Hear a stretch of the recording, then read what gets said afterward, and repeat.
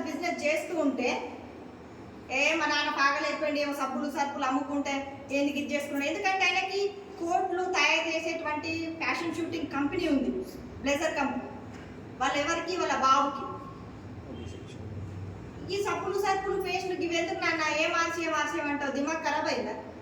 వద్దు, అదంతా వేస్ట్. ఇక్కడ కంపెనీలో అదే టైం ఇక్కడ పెట్టు, మనం మంచి లాభం చూసుకుందాం నాన్న అన్నాడు. వినలే. ఎందుకంటే కంపెనీ యొక్క విజన్ ఆయనకు అర్థమైపోయింది. బీసీ సార్కి వాళ్ళ బాబుకి అర్థం కాలేదు. ఎప్పుడు? 20 years తర్వాత అర్థమైంది. 2023లో అర్థమైంది. ఎందుకంటే నేను అతను ఏదైతే బ్లేజర్ కంపెనీ ఏదైతే ఉందో, అభిషేక్ చావ్డా అని అంటారు వాళ్ళ బాబుని, అతను ఆ బ్లేజర్ కంపెనీ పెట్టడానికి ఇన్వెస్ట్మెంట్ చేయాలి కదా. వర్కర్స్ సరిగా వచ్చినా రాకపోయినా ఆ ప్రెజర్ అనేది ఉంటుంది. వాళ్ళు టైంకి రావాలి. ఎస్, నేను ఇంత అమౌంట్ పెట్టినా నాకు లాభం రాలేదు, ఆ కంపెనీని చూసుకోవాలి, ఎన్ని రూల్స్ అండ్ రెగ్యులేషన్స్ ఉంటాయి.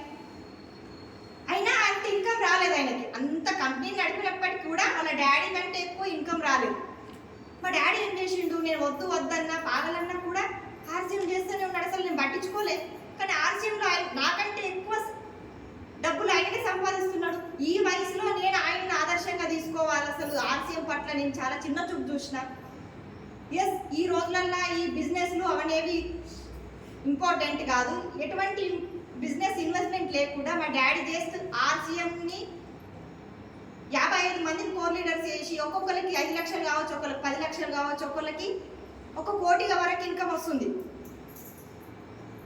అటువంటి ఇన్కమ్ వాళ్ళు మా డాడీ ఇప్పించిందైతే నాకెందుకు ఇది అర్థమైతలేదని చెప్పేసి చాలా రోజులు 20 years తర్వాత రీసెంట్గా 2023లో సార్కి, అభిషేక్ సార్కి అర్థమై ఆర్సీఎం గురించి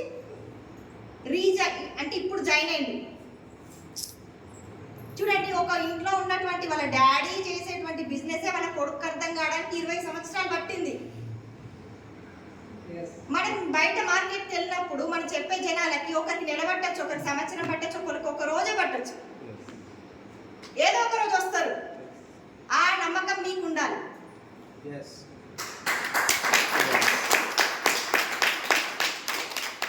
కదా.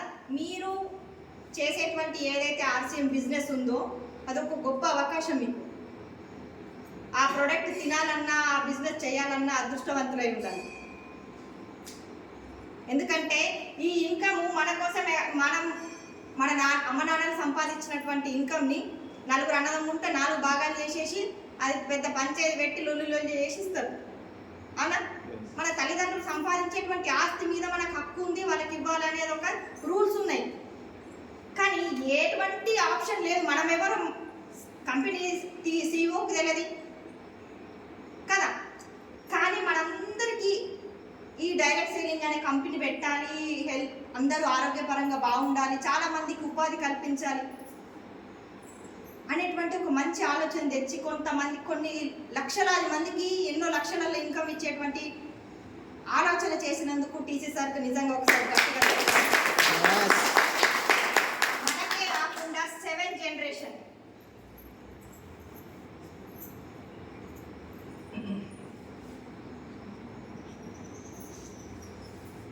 ఏమండి 7th generation కి ఇన్కమ్ ఇస్తా ఒప్పుకుంటున్నాడు సార్. అది మంచిగా కాదా? మన ఇంట్లో ఏదైనా వ్యవసాయం ఉంటేనే 4 బిఘాలు 3 బిఘాలు కొట్టుకు తెస్తుంటాం. మన 7th generation కి ఇన్కమ్ ఇస్తా అంటున్నాడు. మనం ఏం చేయాలి? నెట్వర్క్ పెంచుకోవాలి. మనకి కాకుండా, మన పిల్లలకి కాకుండా వాళ్ళ పిల్లలకి అట్లా 7 తరాల వరకు ఇన్కమ్ వచ్చేటువంటి మంచి సంస్థ ఇది. మనం టైం వేస్ట్ చేస్తున్నాం, బయట ఆరోగ్యం పోతుంది, ఎన్నో లక్షలలో వేలలో డబ్బులు పెట్టేస్తున్నాం, ఇన్ని రకాల లాస్ ఉంది బయట మార్కెట్లో. కానీ ఆర్సీఎంలో హెల్త్గా కాపాడుకోవచ్చు, మనీని సేవ్ చేసుకోవచ్చు, నెక్స్ట్ పిల్లలకి ఫ్యూచర్ ఉంటుంది. కొన్ని సంవత్సరాలు జస్ట్ మనం 100 సంవత్సరాలలో ఒక 5 సంవత్సరాల వరకు కోర్సులా కనుక ఆర్సీఎంలో నిలబడితే నెలకి వాళ్ళకి 2 lakhs ఏవో చెక్ వచ్చేస్తుంది ఎవ్రీ మంత్. నేను గ్యారంటీ ఇస్తున్నా. కాకపోతే మీరు స్ట్రాంగ్గా నిలబడాలి. ఎందుకంటే మేము కూడా ఇదే